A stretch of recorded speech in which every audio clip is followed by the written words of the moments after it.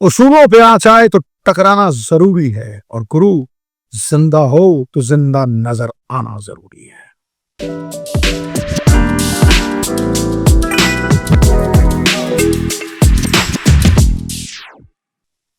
जियाद की कोड़ किली और शतीरियों को जप्ते। एक टुच्चा सा ग्राउंड्समैन आके भारत के कोच गौतम गंभीर को कहता है कि 2.5-3 मीटर पिच से दूर रहो, यहां खड़ा रहने की आपको इजाजत नहीं।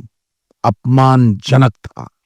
एक देश के कोच को पिच से हटाना यह भारतीय स्वाभिमान पे आघात था। गंभीर ने यूं उंगली करके ये कहा कि भाई ये स्वाधीन भारत है, ये पराधीन नहीं, तुम्हारे गुलाम नहीं, तुम्हारे बाप के नौकर नहीं, अपनी औकात में रहो, चलो यहां से।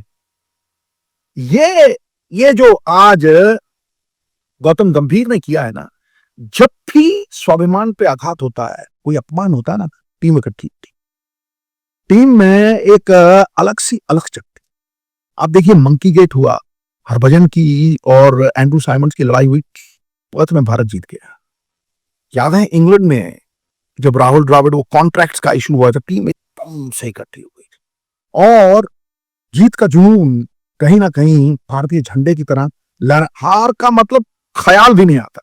और यहां पे भी अब ऐसी कहीं ना कहीं वर्बल डिंग डोंग हो रही। ये छुटपुट घटनाएं नहीं है, वो क्रॉलिंग वाली बात, फिर वो हैंडशेक, जो अपमान वाली बात बेन स्टोक्स के साथ हुई। मुझे लगता है कि भारतीय टीम, यहां कहते हैं कि तलवार का घाव भर जाता है, लेकिन अपमान का घाव नासूर बन के रिश्ता रहता है। मुझे लगता है भारतीय टीम एकजुट, एकमुठ होके, संगठन बन के हर आघात का जवाब देने के लिए तैयार है।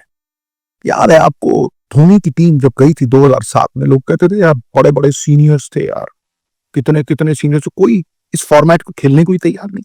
ये फॉर्मेट जो है T20 फॉर्मेट है, ये हम नहीं खेलेंगे। धोनी की टीम अननोन्स के साथ गई थी और इनविंसिबल बन के आई थी। और याद है बंबई में किस तरह से करीब करीब 1.5 लाख आदमी उनके स्वागत के लिए आए थे, पूरा देश एकजुट हो गया था।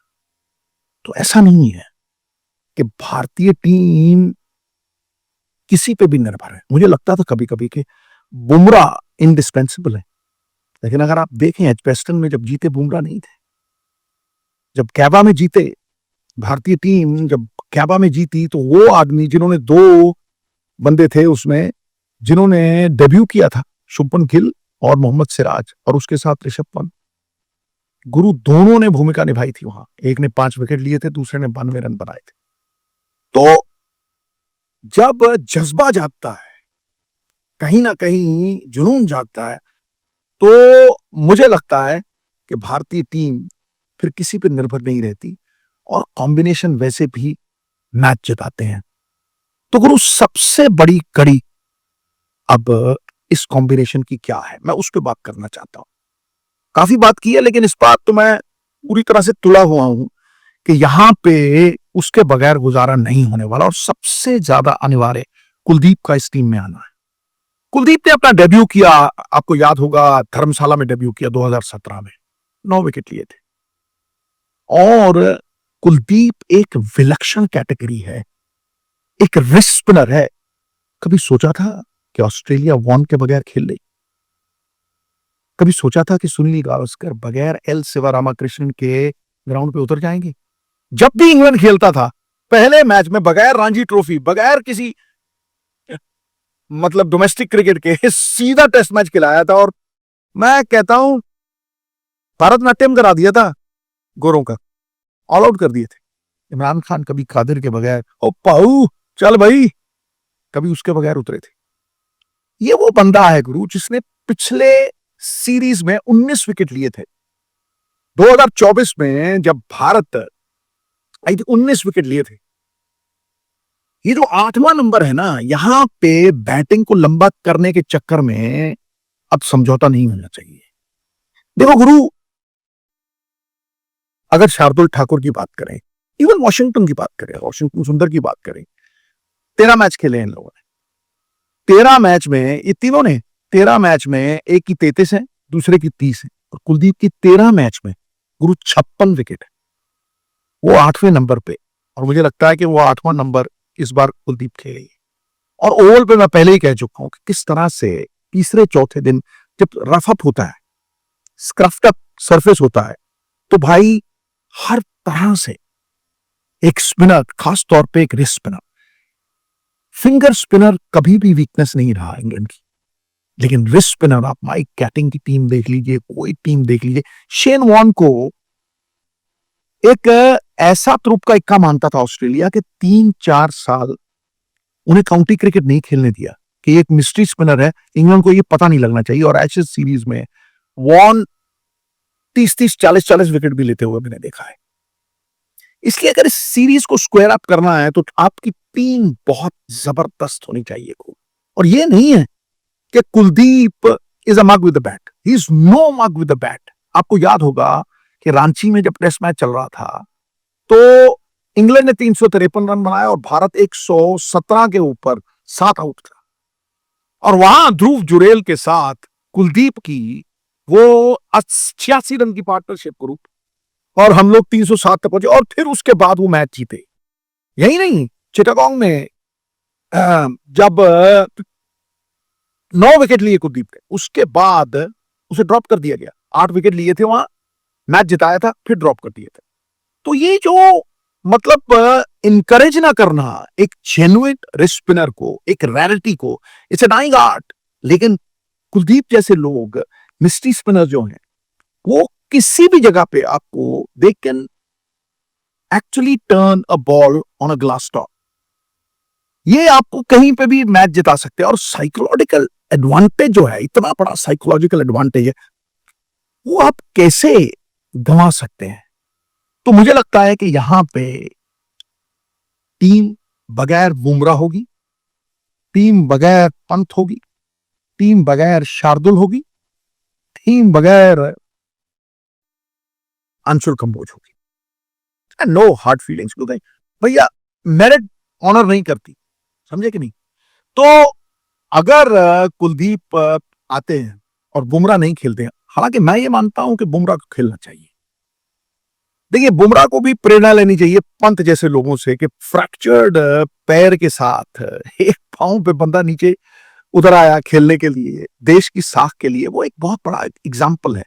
और मैं मानता हूं कि हमें बुमराह को प्रिजर्व करना चाहिए, लेकिन पिछले मैच में बुमराह ने सिर्फ एक इनिंग्स में बॉलिंग की है, जस्ट 1 इनिंग्स, 30 से 32 ओवर डाले हैं मेरे को लगता है।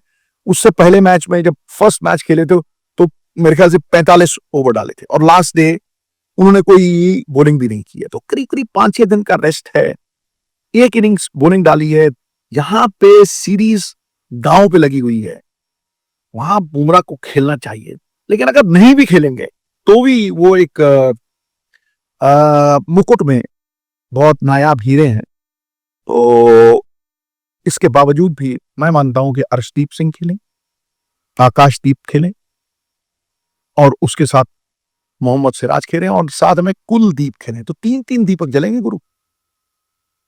गुरु 100 वर्षों का अंधेरा हो ना, किसी कमरे में एक दीपक जला तो सारा दूर कर देता है, यहां तो 3-3 दीपक जलेंगे गुरु। तो कोई पता नहीं, कुलदीप मशाल ही बन जाएगा।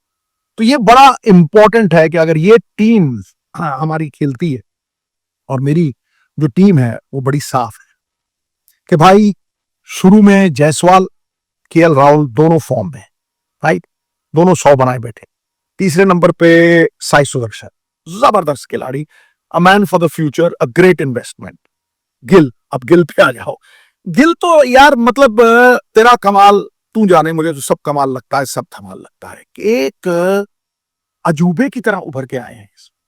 देखो गुरु, 4 मैच में उन्होंने 722 रन बना दिए हैं। हाईएस्ट स्कोर किसी इंडिविजुअल का भारत के लिए 774 है, सुनील गावस्कर साहब का, वो भी पार कर सकते हैं। और जिस तरह से वो दूसरे टेस्ट मैच में खेले थे, 200 और 160, गुरु 974 है हाईएस्ट स्कोर आज तक एक सीरीज में, 974। उससे भी सिर्फ 250, अगर एक इनिंग में वो 250 बना सकते हैं ना, तो दो में भी 250 पहुंच सकते हो।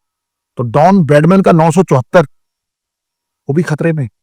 मेरी तो दुआ है कि जिस फॉर्म में है, एक लंबा सौवा हो ही जाए।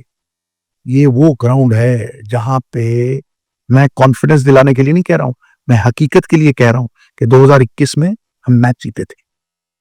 मैं क्यों कह रहा हूं कि बुमराह खेलना चाहिए, तो बुमराह और सिराज ने ही यहां पे मैच जिताया था। फिर भी अगर वो नहीं खेलते तो अर्शदीप को खेलना चाहिए, क्योंकि जब भी एशेज सीरीज होती है कोई ना कोई खब्बा इंग्लैंड के लिए खेलता है। उसका कारण है कि दोनों तरफ रफ हो जाते। अभी तक तो हमारे लेफ्ट हैंडर्स जो है, वॉशिंगटन सुंदर भी है और उनके साथ जडेजा भी हैं, वो राइट हैंडर वाला रफ यूज कर रहे हैं। लेकिन अगर एक लेफ्ट हैंडर का भी रफ हो गया तो दोनों तरफ से जो रफ बनता है, इसलिए मुझे लगता है कि कहीं ना कहीं अर्शदीप सिंह के चांसेस प्रसिद्ध कृष्णा से ज्यादा है। लेकिन उन दोनों में से कोई भी खेलेगा तो दिक्कत परेशानी का सबब नहीं है, लेकिन उचित को जान के उस पर अमल ना करना ये कायरता है। और बहादुरों की साइड है। गौतम गंभीर का ये जो झड़प हुई है, ये स्वाभिमान जो है, ये बहुत जबरदस्त चीज है। स्वाभिमान आत्मविश्वास दिलाता है, और स्वाभिमान वो सात्विक सुगंधित फूल है गुरु, जिसके इर्द गिर्द गुणों के भंवरे जो है ना, वो कुंचित रहते हैं। और आखिरी बार ये बोल दूं कुलदीप के लिए कि कई बार क्या होता है कि एक साल में ना एक बार हाथी के कानों में से ना मीठा मल बहता है, और खूबसूरत भंवरे जो है ना उसके कानों के इर्द गिर्द उसकी शोभा को 100 गुना बढ़ा देते हैं, चाक चांद लगा देते हैं। कई कई बार मूर्ख हाथी कान फड़फड़ा के उन्हें उड़ा देता है, भंवरे किसी और कमल पे बैठ जाते हैं। कद्र करो, शोभा बढ़ाएगा। कुलदीप, आपकी इस आभा को 4 चांद लेताएगा, और मुझे लगता है कि जिताने में भी पूरी तरह से सक्षम है। एक मुठ होकर एक संगठन उभरना चाहिए। भारतीय टीम अब बचने के लिए नहीं खेलेगी, जीत के लिए खेलेगी, किलर इंस्टिंक्ट के साथ खेलेगी। वो मेरी कहावत के किसी लेपर्ड को भेड़ों के बारे में अगर घुसा दो, 100 मारता है, 100 अगर है तो 100 को मारेगा, फिर एक उठाएगा।